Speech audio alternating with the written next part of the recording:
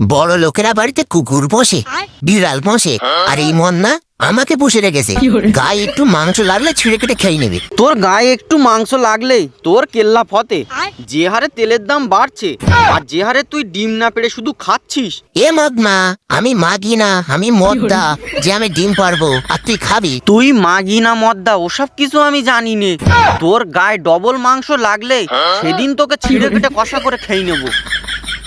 এ মদনা, তুই তো মানুষ না রে, তুই তো জ্যান্ত জমরাস।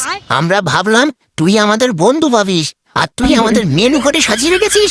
বন্ধু তো বটেই, তবে সেটা ভাতের থালায়। তোরা যত তাড়াতাড়ি মোটা হবে তত তাড়াতাড়ি আমাদের বন্ধুত্ব গভীর হবে। শোন মদনা, আজ থেকে আমিও ডাইটিং শুরু করলাম। কাল থেকে আমি শুধু জল খাবো আর ঘাস খাবো, তবু তোর পেটে গিয়ে শান্তি পেতে দেবো না। দরকার পড়লে আমি জিম করব, বডি শুকিয়ে কাট করে ফেলবো। দেখি তুই খার চিপে কত আনন্দ পাস। তুই জিম কর আর যাই কর, রবিবার দিনটা রেস্ট ডে নয়, লাস্ট ডে।